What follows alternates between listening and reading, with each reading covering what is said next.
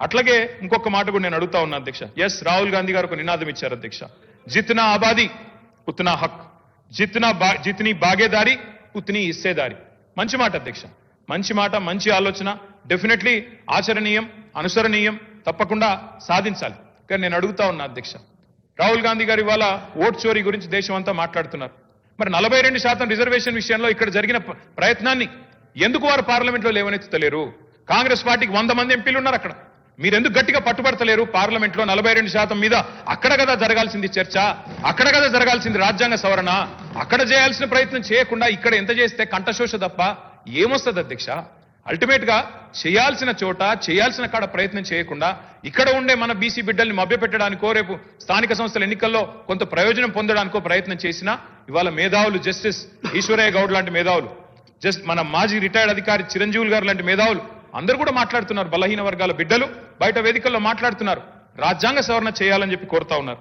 అధ్యక్ష, డిక్లరేషన్ ఒక్కటే సరిపోదు, డెడికేషన్ కూడా ఉండాలి అధ్యక్ష. డెడికేషన్ ఉంటే తప్పకుండా ప్రజలు హర్షిస్తారు, స్వాగతిస్తారు. మిమ్మల్ని నేను కోరుతా ఉన్నా అధ్యక్ష, మీరు చేసినారు ప్రయత్నం, ఒక హౌస్ హోల్డ్ సర్వేని చేసినారు మీరు, దాని పేరు సిఈపిసి ఏదో పెట్టినారు. మాట్లాడితే మమ్మల్ని అంటారు కేసీఆర్ పాల్గొనలే, కేటీఆర్ పాల్గొనలే, హరీష్ రావు. సార్ మేము ముగ్గురం అఫిడవిట్లు ఇచ్చినాం, ఎలక్షన్ అఫిడవిట్లు మీ కాడనే ఉన్నాయి, ఎలక్షన్ కమిషన్ కార్డు ఉన్నాయి. అలా నేను ఓసీయా బీసీయా మీకు తెలుసు, నేను పాల్గొంటే ఏంది పాల్గొనకపోతే ఏంది. కానీ తప్పు చేసింది మీరు. ఇవాళ 6% జనాభా తగ్గింది మీ సర్వేలో. కేసీఆర్ గారు చేసినప్పుడు, హౌస్ హోల్డ్ సర్వేలో కేసీఆర్ ప్రభుత్వం చేసినప్పుడు 52%గా వచ్చిన బలహీన వర్గాల సంఖ్య 6% ఎట్లా తగ్గింది అనే ఆలోచన మీరు చేసిండ్రా? ఎక్కడన్నా రివ్యూ చేసిండ్రా? ఎన్నడన్నా ఒక్కసారి ప్రయత్నం చేసిండ్రా చిత్తశుద్ధితో? అది చేయలే. ఎంతసేపు ముగ్గురు పాల్గొనకపోతే 6% తగ్గుతుంది అధ్యక్ష? మేము కేసీఆర్ గారు, నేను, హరీష్ రావు గారు పాల్గొనలేదు. సరే, మాది ఏందో ఎలక్షన్ అఫిడవిట్ ఉండనే ఉన్నది, అందులో మేము ఓసీఆర్ బీసీఆర్ రాష్ట్రం అందరికి తెలుసు. తెల్లారలేస్తే ముఖ్యమంత్రి గారు దెప్పి పొడుస్తానే ఉంటాడు. కాబట్టి నేనేమంటున్నా అధ్యక్ష, మేము పాల్గొనంత మాత్రాన 52%, 46% కాదు కదా అధ్యక్ష.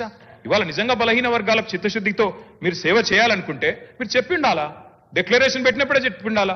కండిషన్స్ అప్లై, రాహుల్ గాంధీ ప్రధానమంత్రి అయితేనే ఇస్తాం, లేకపోతే ఇయ్యమని చెప్పిండాలా. అది మీరు చెప్పలేదు. ఇవాళ మీరు మమ్మల్ని అంటా ఉన్నారు. ఇంకొక మాట నేను అడుగుతా ఉన్నా, మా పొన్నం ప్రభాకర్ అన్న అంటే మాకు గౌరవం. వారు నిజంగా కూడా తప్పకుండా ఉద్యమంలో పాల్గొన్న వ్యక్తి. ఆనాడు పార్లమెంట్లో చట్టంలో కేసీఆర్ గారు స్వయంగా చెప్పారు, మేము చెప్పడం కాదు అధ్యక్ష, కరీంనగర్ లో మీటింగ్ పెట్టి మరీ చెప్పారు.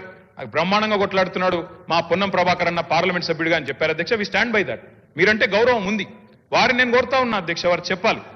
ఇవాళ మీరు ఆలోచన చేయండి. బీసీ సబ్ ప్లాన్ అని చెప్పారు, తేవట్లేదు సార్, పెట్టండి. రేపు ఎల్లుండి హౌస్ పెడతారా, ఇంకో నిమజ్జనం తర్వాత పెడతారా, మీ ఇష్టం. కానీ బీసీ సబ్ ప్లాన్ చట్టం తెండి. ఎందుకంటే ఒక పదవులతోనే రాజకీయంగా అవకాశాలు ఇవ్వడంతోనే న్యాయం జరగదు, సామాజిక న్యాయం.